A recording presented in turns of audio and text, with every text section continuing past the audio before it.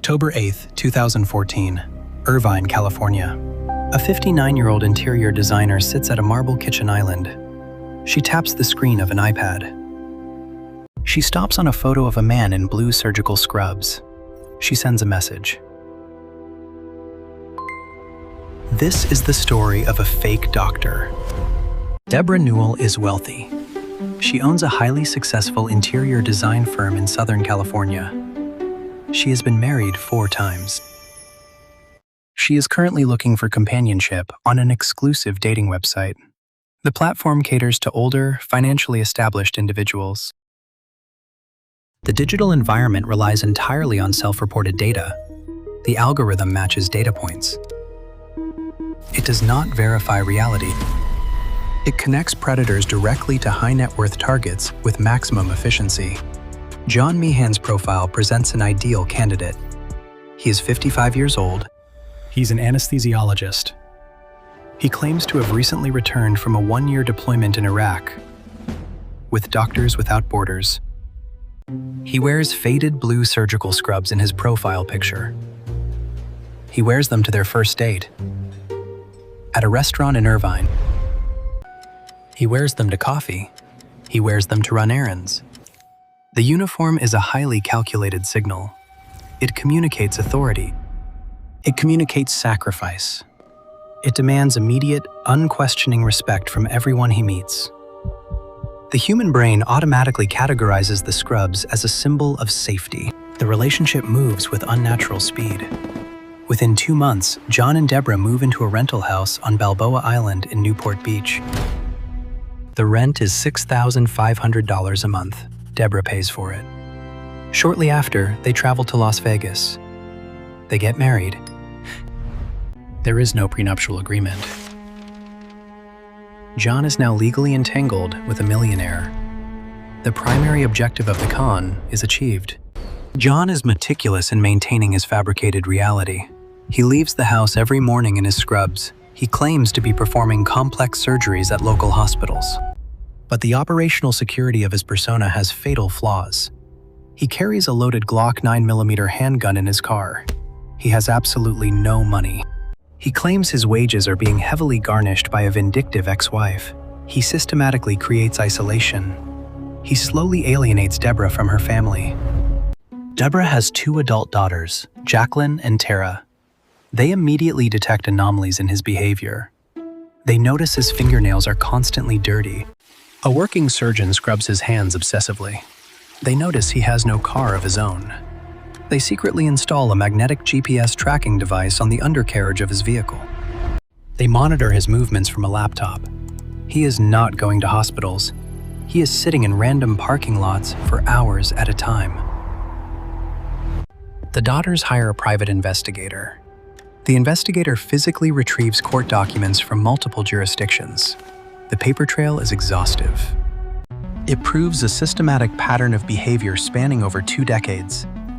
The investigator runs a comprehensive background check across multiple state databases. The results are returned as a 300-page document. John Meehan is not a doctor. He has never been a doctor. He is a former nurse anesthetist. In 1999, he worked at a hospital in Ohio. He developed a severe addiction to surgical narcotics. He severely compromised patient safety to feed the addiction. He stole fentanyl and Versed directly from the operating room. He utilized a simple, brutal mechanism. He swapped syringes. He injected patients with saline solution during surgical procedures. He pocketed the fentanyl for himself. Patients woke up on the operating table in extreme agony. Police eventually searched his home. They found a loaded 9mm handgun and 45 empty vials of stolen narcotics. He lost his nursing license permanently. The 300-page file details a lifetime of calculated predation. John Meehan was not in Iraq. He was serving time in a federal penitentiary in Michigan. He is a career con artist. He specifically targets wealthy, vulnerable women. He uses intimidation, extortion, and legal threats to drain their assets. He has restraining orders filed against him by multiple women across different states. He is known to local law enforcement by a specific nickname. It was given to him during his brief time at the University of Dayton Law School. His classmates called him Dirty John. When confronted with the 300-page file, the mechanism of John's manipulation shifts. He does not run, he pivots. He has elaborate explanations prepared for every page. He claims the records are completely forged. He claims his identity was stolen by a malicious family member. He claims the police are corrupt and targeting him unfairly. He cries. He pleads. He uses intense psychological leverage. It works. Deborah stays with him. The isolation deepens. John assumes total control over the environment.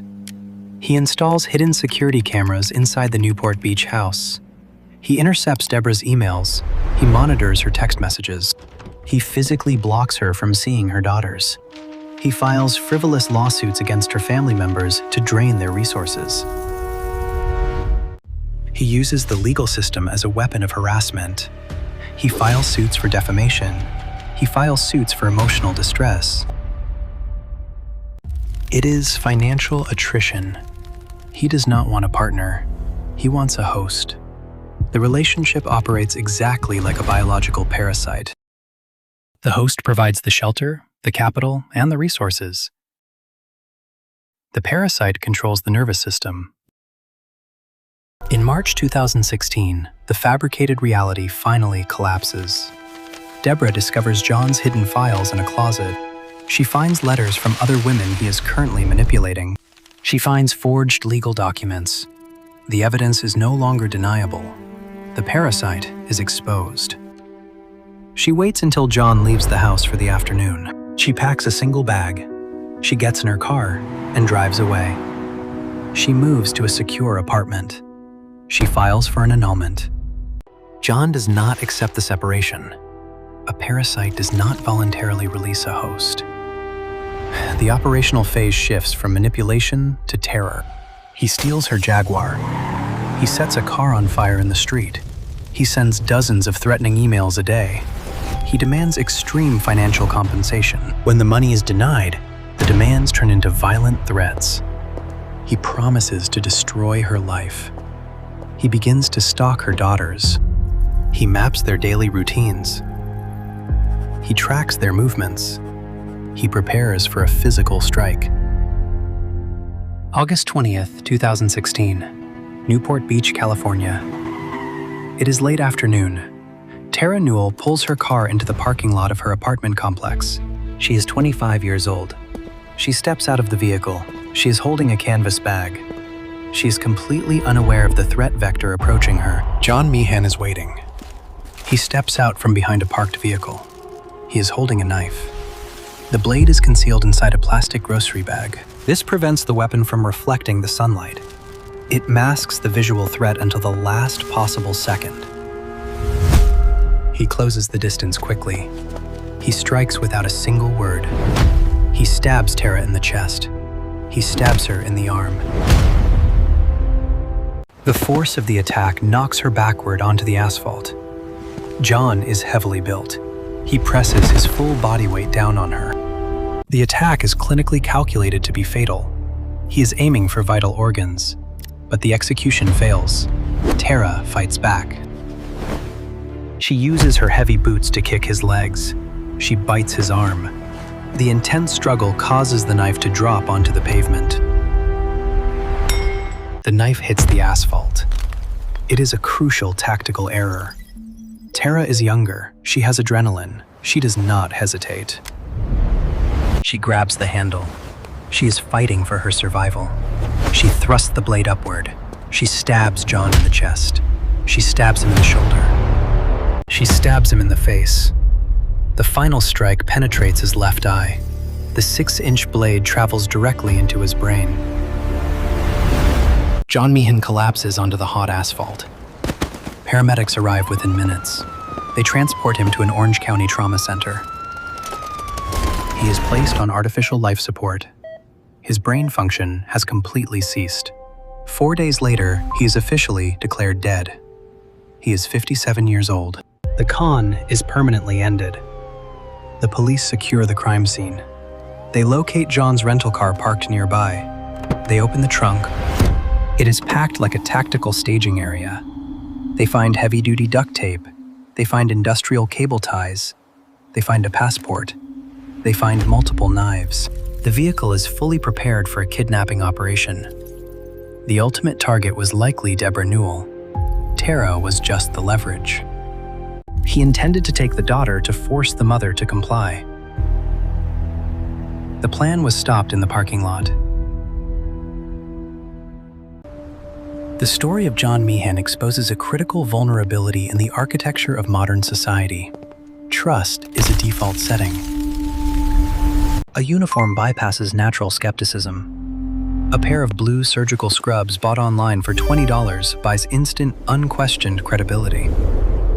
The human brain is hardwired to respect the established symbols of medicine. It automatically assumes that anyone wearing the uniform has successfully passed a rigorous societal filter. Meehan exploited this cognitive blind spot for decades. He did not need a medical degree. He just needed the costume. The system of background checks, criminal records, and restraining orders exists to warn the public of active predators. The data is available. But a skilled operator knows exactly how to isolate the prey from the warning system. The isolation is the primary weapon. The knife is just the final tool. If the isolation holds, the victim will never look at the records. They will only see the fabricated persona. Deep in an archived server, the data persists. A digital profile frozen in time. A man in blue surgical scrubs. He smiles warmly into the lens. He looks perfectly safe. Thanks for watching. Please like and subscribe the video if you enjoyed. I'll see you in the next one.